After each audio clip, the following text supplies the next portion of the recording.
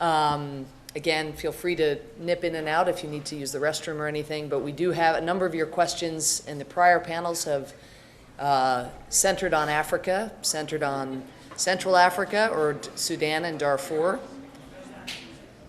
And now we have the best of the U.S. government basically here to engage you, namely not only Princeton Lyman, our special envoy for Sudan and South Sudan, who's doing God's work, shepherding back and forth and trying to diffuse today's crises and tomorrow's crises. Grant Harris, who I've mentioned, the President's advisor on African affairs, and a special guest who we didn't want to announce earlier because he's been on such grueling travel, but who has graced us here with his presence, Assistant Secretary for African Affairs from the State Department, one of the President's top advisors and the Secretary's African advisor, one Johnny Carson. So if you all could just take your seats there, and we will open it up. I did want to say one thing on Karen's suggestion here. Apparently, we have a lot of students in the audience, and we love students, and this is an event very much oriented around students. We'd love it if you could speak up in the question and the discussion period. We're only going to have very brief introductory remarks here, and then we're going to open it right up. So I know from what you've said already how much the conflicts and the crises that these gentlemen work on matter to you, and it'd be great to get you engaged in the conversation. So thank you. Oh, yes. And I should have started. Actually, Grant, why don't you introduce the video if you could for the panel? Sure. Or for the audience. So we're going to start with a very short video. I'm Grant Harris, as Samantha mentioned. I'm the Special Assistant to the President here at the White House for African Affairs. And we wanted to start with a short video that was taped just Friday from President Obama in a video message addressed to the people of Sudan and South Sudan. He, like the rest of the government, but him in particular, we've been particularly concerned about the fighting between Sudan and South Sudan, as well as the situation in southern Kordofan and Blue Nile. I'm sure, and I'm hoping that we'll get some questions on what's going on the ground, but the level of concern was so high. We had Special Envoy Lyman in the ground. He was in Juba and Khartoum last week. Ambassador Carson and others have been spending a great deal of time on this. The President wanted to tape a message to the people of Sudan and South Sudan about what he was hoping to see, and so we wanted to quickly play that to start the conversation.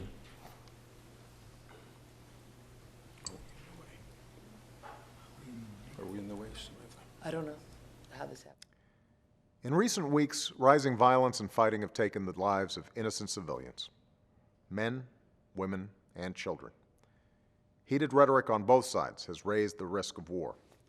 So today I want to speak directly to you, the people of Sudan and South Sudan. In your lives, you've endured extraordinary hardship. You carry in your hearts the memory of family and friends you've lost. But in recent years, against great odds, you've made remarkable progress toward breaking the violent cycles of the past, toward building a future of peace and greater prosperity. Now all that progress is at risk of unraveling. So my message to you today is simple. It doesn't have to be this way. Conflict is not inevitable. You still have a choice. You still have a chance to avoid being dragged back into war, which only leads to one place: more suffering, more refugees, more death, more lost dreams for you and your children. We know what needs to happen. The government of Sudan must stop its military actions, including aerial bombardments. It must give aid workers the access they need to save lives. And it must end its support for armed groups inside the South. Likewise, the government of South Sudan must end its support for armed groups inside Sudan, and it must cease its military actions across the border. The presidents of Sudan and South Sudan must have the courage to return to the table and negotiate and resolve these issues peacefully. And all those who are fighting, including in southern Kordofan and Blue Nile, must recognize there is no military solution. The only way to achieve real and lasting security is to resolve your differences through negotiation. In times of tension, it's easy to forget that your future is shared. You will never be at peace if your neighbor feels threatened. You will never see development and progress if your neighbor refuses to be your partner in trade and commerce. It's easier to start wars than to end them. And yes, peace is hard. But the forces of history, which sometimes seem so large, are not beyond our control. Your future belongs to you. It is in your hands. You have the power the choice to say what comes next, whether your children will live in war or peace. The choice is yours, and now is the time to choose peace. As I've said before, those who have the courage to walk the path of peace will not be alone. You will have a strong and steady partner in the United States of America.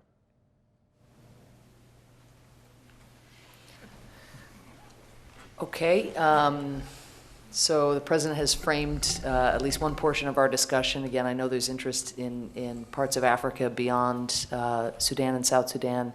But perhaps maybe just to recap, just so you know, the audience has been engaged in a discussion for the last few hours, initially with the Atrocities Prevention Board, so these very senior reps from across the government who talked about the range of tools that one can bring to bear to try to make a difference in real time for people under threat. And a lot of the questions that came to earlier panels centered on the issues that you all work on 24/7. References have been made to some of President Bashir's language in recent days, talking about talking about insects and extermination. Reference has been made to, of course, aerial bombardments, to the ICC. There's a lot of interest in how it is that accountability is going to be established, and a lot of pressure, frankly, on the new Atrocities Prevention Board to figure out how it's going to work with you to be helpful in that realm. But of course, also, everybody wants peace between the new country of South Sudan and Sudan. And Princeton, you spend a lot of time basically dealing with both. Is how do you, on the one hand, protect civilians, try to prevent atrocities, hold people accountable, and on the other, or in addition, work the long game, where people have to sit down at the table and ultimately there has to be something that's brokered and mediated, as the President is getting at. So I wonder just if you want to speak a little bit to the moment, but also more broadly, everybody here is quite familiar with the moment, how you view the role of the envoy in the context of thinking about civilians and atrocity prevention. Well, thanks, Samantha. Thanks for everybody working to establish this board and this advisory group. You know, the people of Sudan and South Sudan face the same dilemma of how you deal with the past and how you get on with the future. And it comes up all the time in negotiations as to how much you can forget, how much you can forgive, how much you can go forward. And every once in a while, the past just jumps up and explodes. Areas that have not been resolved between the parties, whether it's oil, whether it's borders, or whether it's unresolved issues like in Southern Kordofan and Blue Nile, and then suddenly you're back into conflict. One of the things that we are working on right now, and tomorrow there will be a meeting of the African Union Peace and Security Committee, is not only to address this immediate crisis, but Samantha, it goes right to one of your points, to tell the parties to lower this rhetoric, to get it down now, because it's dangerous. Rhetoric is dangerous. We also face a major humanitarian crisis potentially in Southern Kordofan and Blue Nile, which we are doing everything we can to address. Because we think not only is that in itself important because so many lives are at stake, but we're hoping that the humanitarian program will lead to a cessation of the conflict and back to political talks, and then we can get more peace not only there but between the two countries. So there's a lot, and we can deal more with it in the questions, but that's a few comments. That's great. Yeah, and we are going to go very quickly to questions. I'm just going to ask one question of each, and then we're going to open it up. Johnny, you have one of the hardest jobs on earth insofar, at least this month, for the last month. There's feels like a coup a day, several of which it looks like were you and Grant and the full Africa team working with regional partners and so forth have made a lot of progress on. But I wonder if you could speak to, again, this question of, on the one hand, a lot of the people here are focused on tragedy in Africa and the fact that all children deserve the same rights and possibilities that children in this country have, and they're very motivated by that, something the President spoke to today, just human dignity across the board and the fact that no one should be lower than anybody else. And obviously our hearts break for the war and the conflict and the violence and the fate of civilians and children with the LRA and elsewhere. On the other hand, you see other parts of Africa. You see booming, thriving Africa. You see a burgeoning middle class. You see an increasingly educated young populace and so forth. And so I wonder if you could just speak to the role of managing Africa, the sort of conflicts that come up every day that consume you and that have you on your BlackBerry 24/7. Again, we're very, very pleased that you were able to join us and take time. But also not giving Africa the rap that it's a place where, children are kidnapped and aerial bombardment takes place and people are described as insects. There's a lot more to Africa than that. Samantha, thank you very much, and thank you for the opportunity to be here this afternoon. You're exactly right. Too often, Africa is defined by the problems and the challenges that it faces rather than the potential and the promise that it is starting to display. Indeed, Africa should not be looked at as a single continent, but should be divided up and looked at as individual states. And if you look at the individual states across Africa and blend them all together, many of you will see exactly what we are seeing in Washington, and that there is a strong democratic trajectory underway in Africa, that there is a grassroots commitment to democracy, to civil liberties, and to institutions that provide people with opportunities to select their own leaders, to develop their own lives, and to live in harmonious communities. This is not to say that the challenges of South Sudan and Somalia and Mali are not there, but we must also realize that we have seen, certainly over the last 3 years, an enormous amount of democratic progress. We have seen successful elections, most recently in Senegal and Zambia, where electorates have turned out sitting presidents and elected opposition leaders to take over in very peaceful and democratic and civil fashion. We have seen countries that have been dominated by military leaders become democratic again. In the case of Guinea-Conakry, for the first time since that country's independence, it now has a democratic government. The same thing can be said of Niger, where less than 18 months ago, a military government gave way to a civilian, democratically elected government. But those are not the only countries that are out there. We sometimes focus too much on the entrenched leaders and not on what in fact is becoming an entrenched number of democracies. Countries like Tanzania, where we have seen a succession of presidents come and go democratically elected. We have strong democracies in South Africa, in Botswana, in Ghana, in Benin, in Mauritius, in Kenya, many places around the continent. But democracy is not only the good news story out there. We see economic progress as well.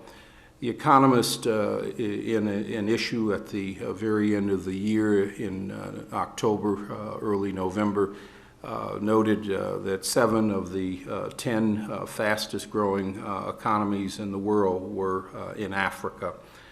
We see a commitment to free market economic values and principles, and we see a rising level of investment which is paralleling a rising middle class. So it is not, in fact, a story in which we are always focused simply on crisis.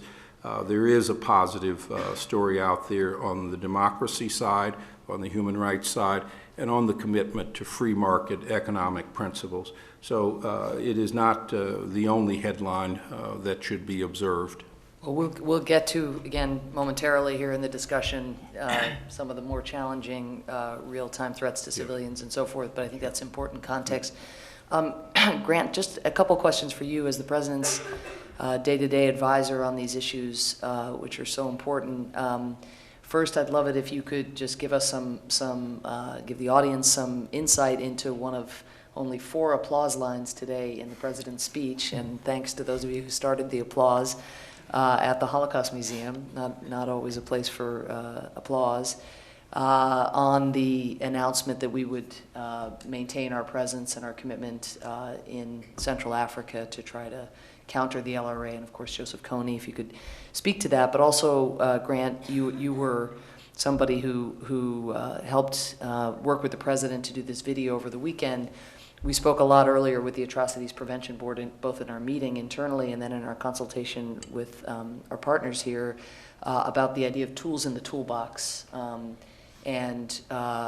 Sometimes in the past there's skepticism to use the President's voice when things aren't looking like they're about to be, concluded.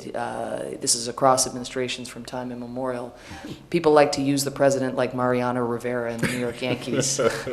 The Sandman comes in when you're closing down a game, and when you're finishing it, when it's all teed up and ready to go. And this President likes to engage far sooner, as he did in Ivory Coast when Gbagbo tried to steal the election. The President was on the phone from Air Force One trying to reach Gbagbo the very first night to try to say, hey, don't do this. We know the kind of ethnic and religious killing and so forth that will occur. And put his skin in the game very early. And that can be critically important, but again, it's not something that we've seen a lot of in the past. So Grant, you've been a great advocate of tools in the toolbox, and I wonder if you could just, in addition to talking about the LRA announcement and those tools, speak to the video and the role that you think something like that can play. Thank you very much, and thank you for all the work you've done in putting today together, and congratulations on the Atrocity Board and all the work you've done. The tools in the toolkit, I think, is exactly the place to start, because we on a day-to-day basis are constantly assessing what tool can we bring to bear to try to achieve the objective at hand. And LRA, the question that you posed, is a perfect example of that as well, because the strategy that we have, which goes back to bipartisan legislation, which goes back to, it has roots in a prior administration, it's bipartisan support for addressing this issue, and the President asked us to craft a comprehensive strategy and approach using the tools at our disposal. And so in doing so, we set out to both enhance civilian protection, and some of these examples were mentioned earlier, Ben and others throughout the course of the day, in talking about Wi-Fi radio and cell phone towers and trying to get word out in prevention plans, trying to facilitate humanitarian assistance to help those communities in need and connect one to another. Working also with the regional efforts of governments that are using military force to try to go after Kony and the key lieutenants to remove them from the battlefield. And as a piece of that, the President announced today that he would continue the deployment of approximately 100 U.S. advisors who are helping those regional forces build capacity, advise, and help train and make those forces all the more effective in this hunt.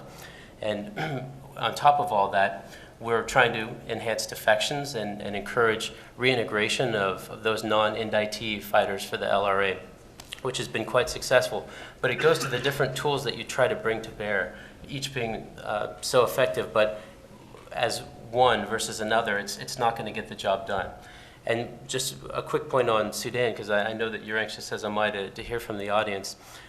What I can speak to, I think, best, which would be most interesting, is how the President has asked us, in particular, to use those tools and use our best judgment at the right time, but to err on the side of employing those tools that we can to protect civilians. And so we had an internal conversation about when do we use the President's voice to address the people of Sudan and South Sudan, and at what point do we deploy it? And some could argue, as you mentioned, Samantha, that it wasn't the time and that we should wait until there was more progress to be had, or that we were on the cusp of locking something in.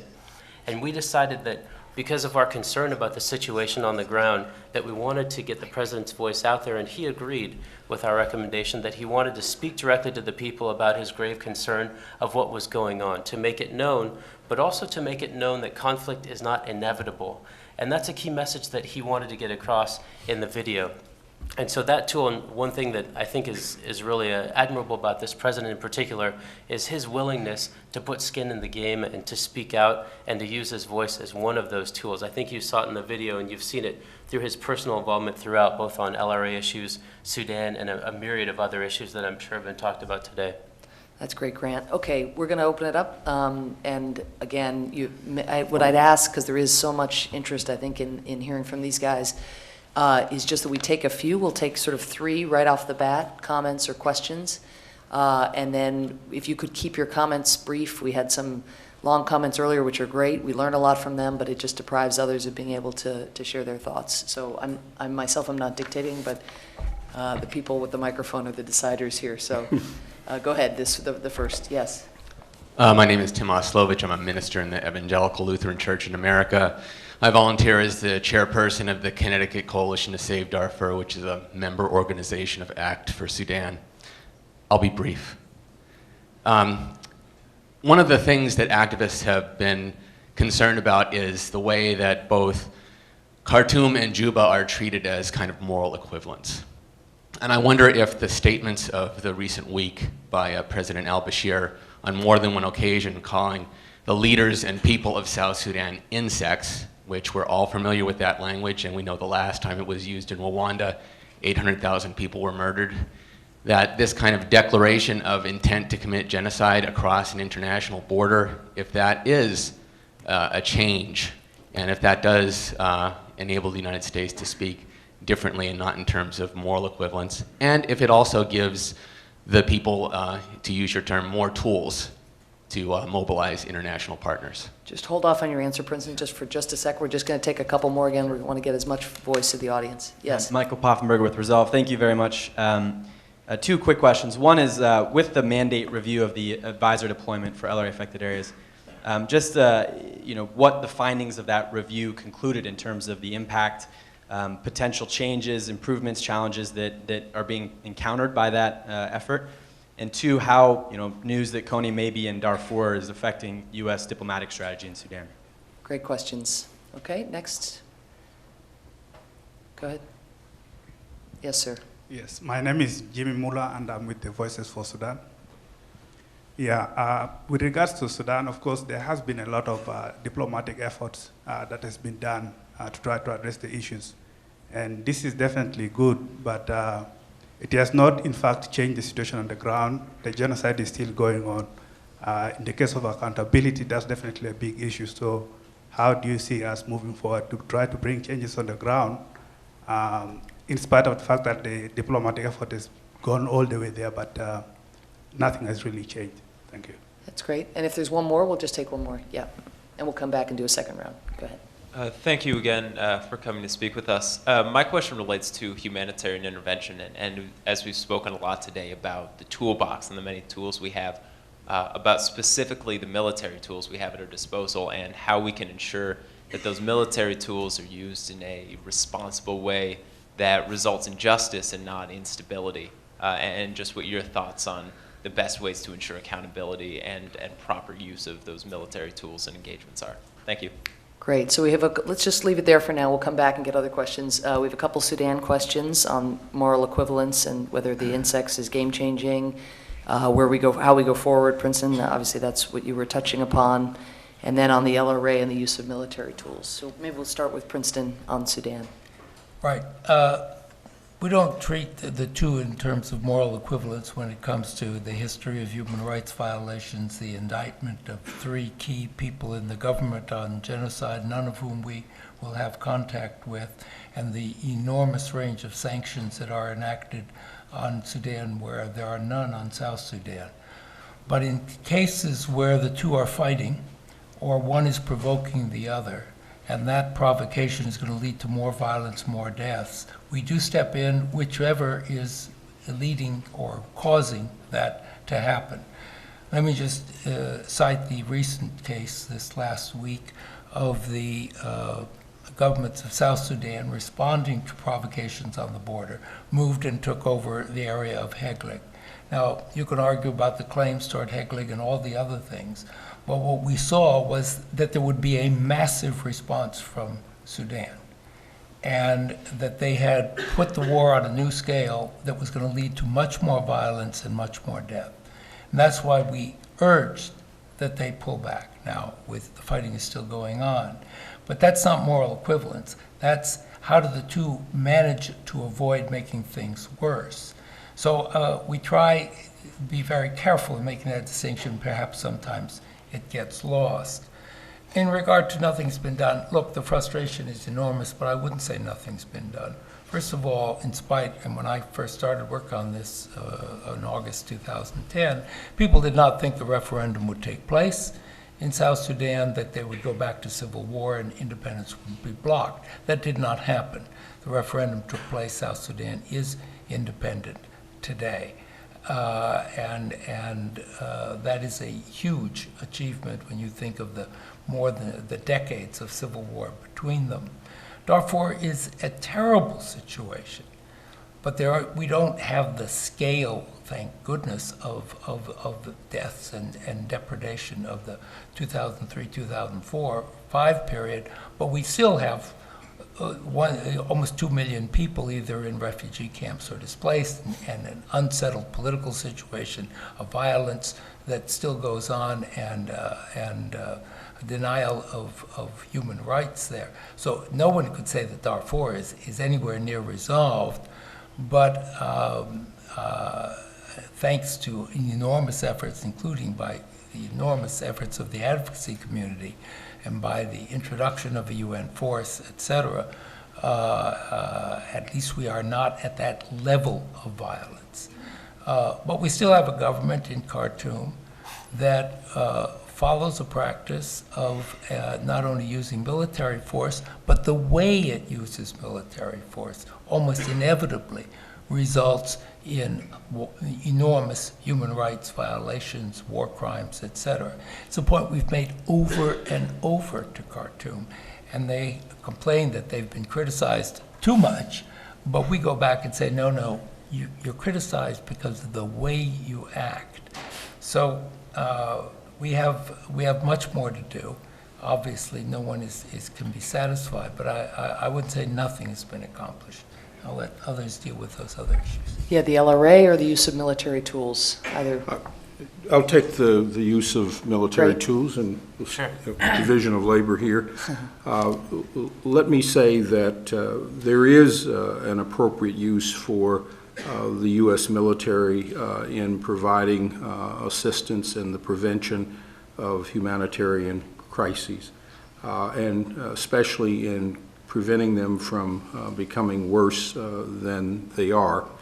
I think our efforts in support of Uganda, the Democratic Republic, Central African Republic, and South Sudan, and the use of the 100 advisors there is a good example of how we can play an effective role through the use of our military, where we can use our military to advise, to train, to collect information and intelligence, and to integrate that intelligence into effective operations that will track down individuals who are carrying out activities that are likely to lead to additional atrocities.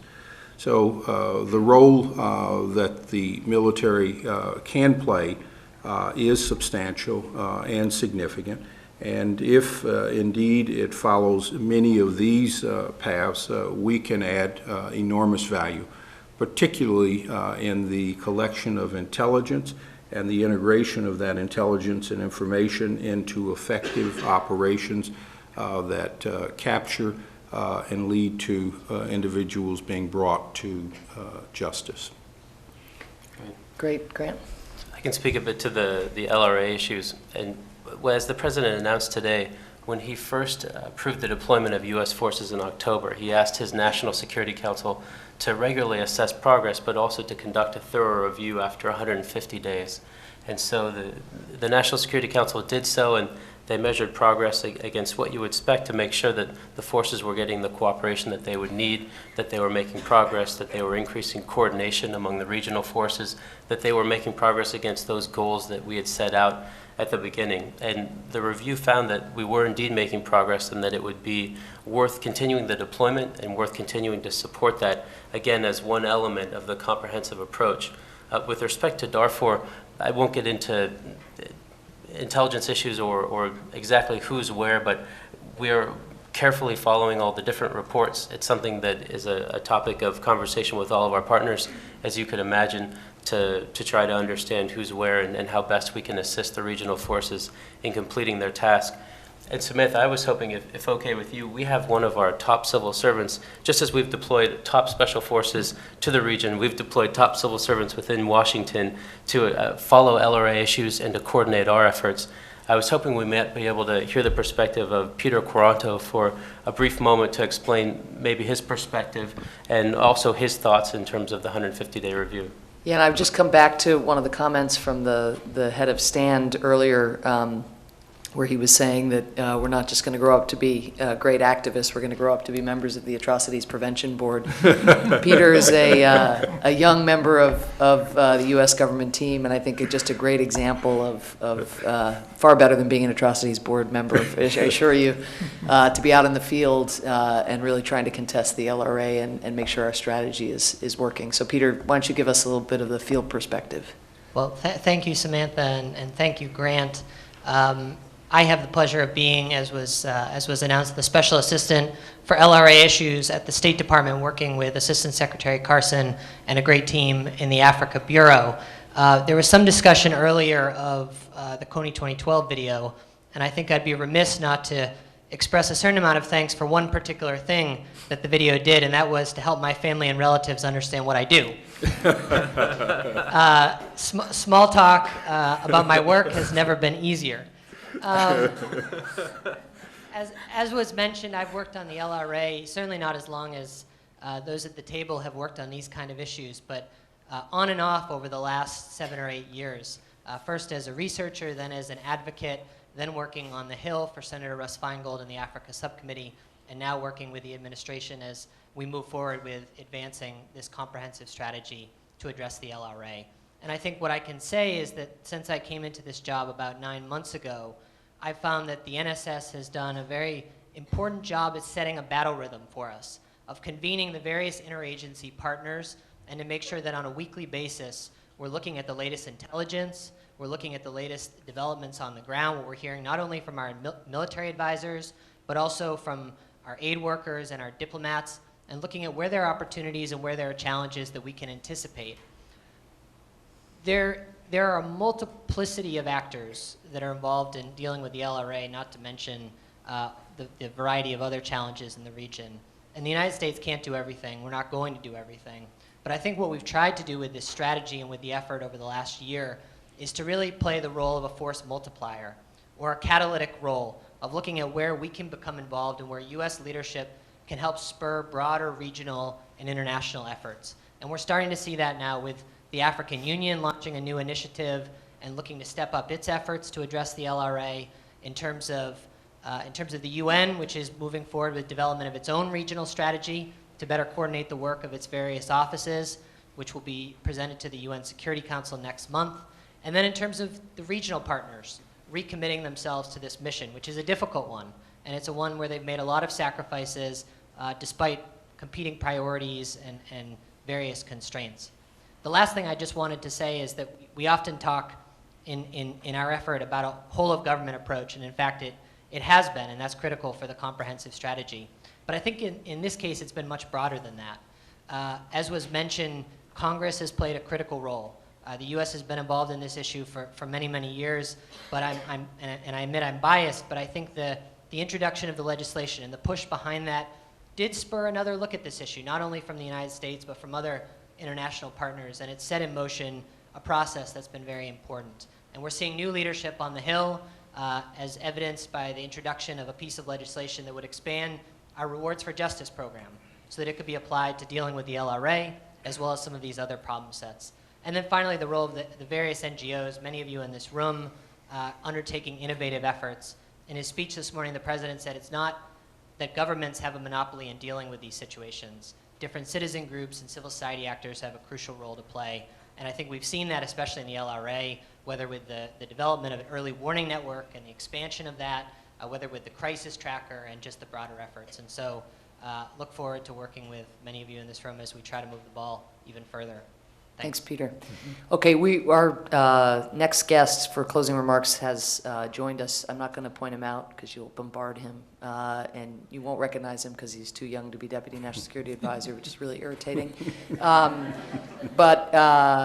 But what I will do is, just because we are running late, as you know, is just take a few more comments or questions and really keep them brief. And then I'm just going to ask the panelists to wrap in as brief a form as possible so we can turn it over to Ben to wind us down. Go ahead. Thank you so much. I'm only going to take three, unfortunately, so go ahead. Yes, please. Thank you so much. My name is Stephanie Jones. I'm a student at Duke University, and I've been studying the conflict between Sudan and South Sudan for the past year in my classes, and I'm actually traveling to Juba with Sanjay, a fellow student, in May. And so when we've been studying, one of the questions that kind of keeps coming up is when you're building a country from the ground up, how do you prioritize problems within your own country? So in South Sudan, problems of corruption, tribal conflict, public health, and then in turn, how does a strong infrastructure in South Sudan or a strong South Sudan, how would that play into larger peace in the region, and how would that help peace in the region? Great. Anybody else? Yes, sir. And then there'll be one more. Oh, I'm sorry, one more over there. Great. My name is Abdul Majid. I'm from Sudan.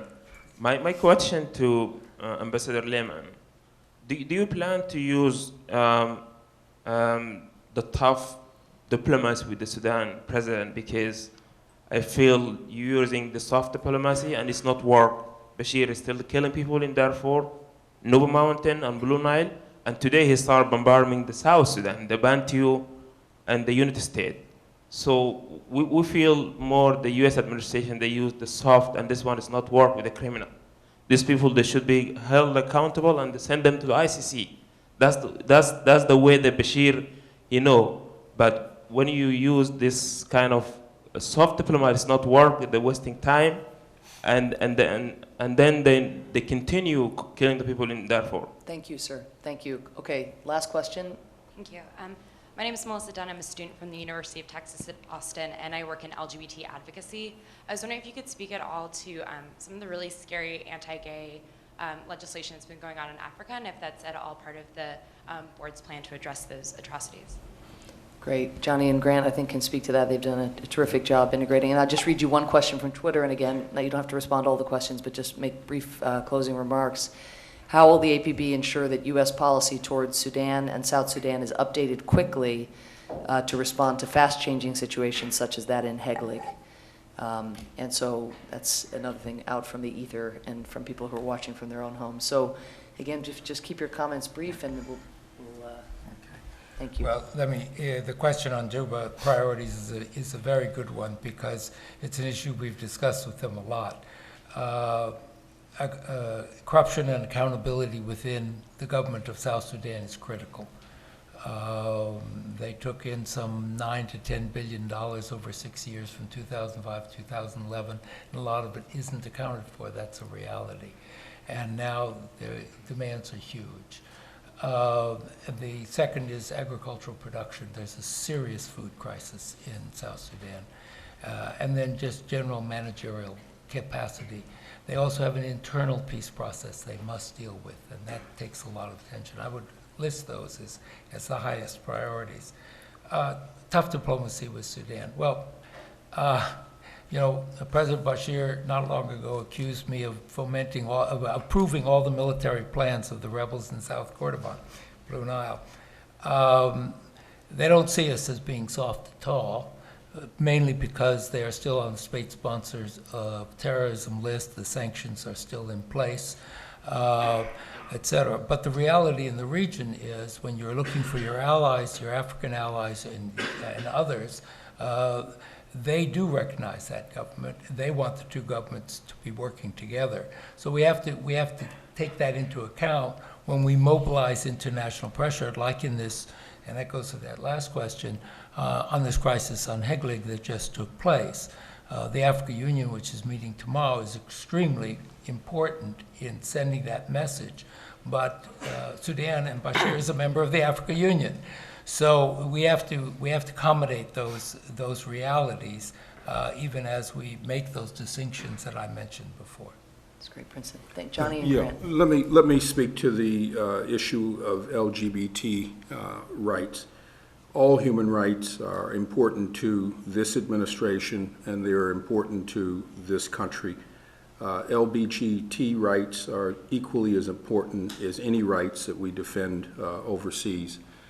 We have been alarmed by the rising number of attacks, both physical and verbal, against LGBT individuals in Africa.